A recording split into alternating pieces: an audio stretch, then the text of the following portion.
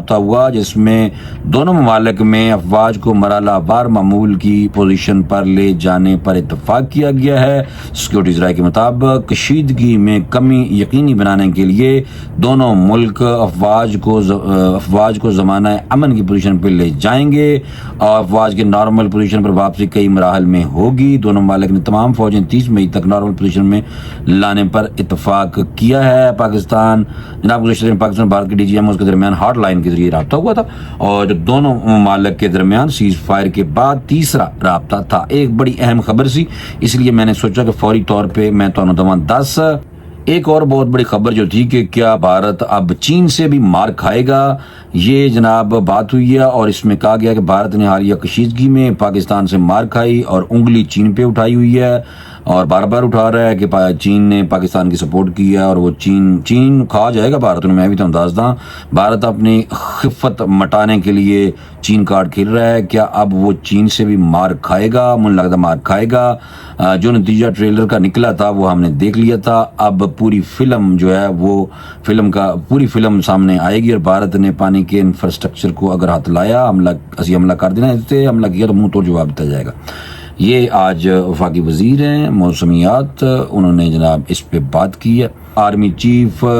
کے بعد اب فیلڈ مارشل جناب عاصم منیر صاحب کو مبارکبادیں دی جا رہی ہیں، وزیر اعظم کی طرف سے مبارکباد دی گئی ہے، صدر آصف علی زرداری صاحب کی طرف سے بھی مبارکباد دی گئی ہے اور اس کے بعد جنرل ساحر شمشاد مرزا کی جنرل عاصم منیر کو فیلڈ مارشل بننے پر مبارکباد ہے۔ انہوں نے کی کچھ کیا یہ تو ہمیں دس دینا۔ یہ basically chairman joint chief of staff ہیں جنرل ساحر شمشاد مرزا صاحب، نشان امتیاز ملٹری نے۔ Chief of army staff general Syed Asim Munir کو فیلڈ مارشل کے معزز و اعلیٰ ترین رینک پر ترقی پانے پر مبارکباد پیش کی۔ یہ تسی مان لو army chief general Asim Munir sahab نے جناب تمہیں پتہ ہی ہے، پھر انہوں نے کمانڈ شکر ہے کہ کمانڈ بہت اچھی رہی اور بھارت کو نہ کچھ نہیں چبائے، بھارت کی دنیا میں جگ رسائی ہوئی، ایسا بھارت کو کاری ضرب لگائی کہ بھارت کو جناب رلا کے رکھ دیا۔ تو یہ ساری کی ساری پلاننگ جنرل عاصم منیر صاحب کی تھی۔ آپ کو پتہ ہی ہے کہ میاں شہباز شریف جو ہیں وہ بتایا کرتے تھے کہ جنرل عاصم منیر جو ہیں وہ بار بار مجھ سے پرمیشن بھی لیتے تھے، مجھے اپڈیٹ بھی کرتے تھے اور میں نے ان کی ساری جو ان کا ذہن ہے تخلیقی ان کو جناب میں نے گو ایڈ دیا اور انہوں نے اپنا کام کر دکھایا۔ آپ نے دیکھا ہے کہ وزیر اعظم پاکستان نے ان کے ساتھ جہاں بھی دورہ کیا ان کی تعریف رج کے کی تھی اور ساتھ جناب ایئر چیف کی بھی رج کے ماشاءاللہ تعریف کی ہے۔ اور یہ جو ہمارے chairman joint chief of staff committee ہیں جنرل ساحر شمشاد مرزا صاحب، انہوں نے اپنے جناب پیغام میں کہا ہے کہ جنرل عاصم منیر کی شاندار قیادت، غیر متزلزل عزم اور قوم کے لیے ان کی ممتاز خدمات کو زبردست خراج تحسین پیش انہوں نے کیا۔ انہوں نے حالیہ کامیاب آپریشن مارکہ حق اور بنیانہ مرصوص کی کامیاب منصوبہ بندی اور قیادت کو بھی سراہا جو قومی اسلام تھی اور دفاع کے لیے ایک سنگ میل کی حیثیت رکھتے ہیں۔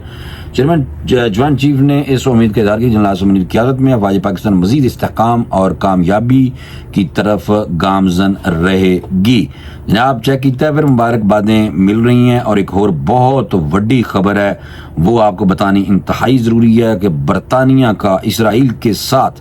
تجارتی مذاکرات معطل کرنے کا اعلان۔ دیکھو کافر آپس سے، یعنی کہ یہ نہیں کہنا چاہیے مجھے بہرحال یہ ہے کہ جو دوسرے ممالک ہیں غیر مسلم انہوں نے اسرائیل کے گرد گھیرا تنگ کر دیا ہے اور یہ برطانوی خبر رساں ادارے کے مطابق وزیر خارجہ ڈیوڈ لیمی اوقات پاکستان کے دورے پہ بھی آئے ہوئے تھے، نے پارلیمان سے خطاب میں اسرائیلی حکومت کے ساتھ آزاد تجارتی معاہدے پر مذاکرات معطل کرنے کا اعلان کر دیا ہے۔ برطانوی وزیر خارجہ نے مزید کہا ہے کہ ہم 2030 کے دو طرفہ روڈ میپ کے تحت اسرائیل کے ساتھ تعاون کا جائزہ لیں گے۔ مزید انہوں نے کہا ہے کہ برطانیہ کے یہ وزیر خارجہ ڈیوڈ لیمی صاحب جو ہیں انہوں نے کہا ہے کہ برطانیہ میں اسرائیلی سفیر جو ہیں جناب ان کو دفتر خارجہ طلب کیا گیا جسے غزہ کو بھیجی گئی امداد پر 11 ہفتوں کی پابندی پر احتجاج کیا جائے گا۔ برطانوی وزیر خارجہ نے مزید کہا کہ اسرائیلی سفیر کو بتایا جائے گا کہ 11 ہفتوں کی یہ پابندی ظالمانہ اور ناقابل دفاع ہے۔ ڈیوڈ لیمی نے خبردار کیا غزہ میں جارحیت برطانیہ کے اسرائیل کے ساتھ تعلقات کو نقصان پہنچا رہی ہے، اور مزید کہا انہوں نے غزہ کی امداد روکنا، جارحیت کو وسعت دینا، دوستوں اور شراکت داروں خدشات کو مسترد کرنے کو اسرائیل کے لیے دفاع کرنا ناممکن ہوگا۔ اور یہ بھی بتاؤں کہ اپنے یہ ایوان نمائندگان سے اپنے خطاب کے آغاز میں کہا تھا کہ غزہ میں خوراک کی کمی اور بھوک کا خطرہ عام شہریوں پر منڈلا رہا ہے، انسانیت کا قتل، اللہ اکبر، اور اسرائیل بدماش اور بھارت کا دوست، بھارت کا بھائی بنا ہوا ہے، بلکہ میاں ہے بھارت کا، اور بھارت اس کی بیگم ہے، تو اس لیے میاں بیوی جو ہے ادھر سے بیوی نے کٹ کھائی ہے ماشاءاللہ پاکستان سے، اور ادھر اسرائیل کے گرد بھی گھیرا تنگ ہونے شروع ہو گیا ہے۔ امریکہ ٹرمپ نے بھی لفٹ کرانے بند کر دی ہے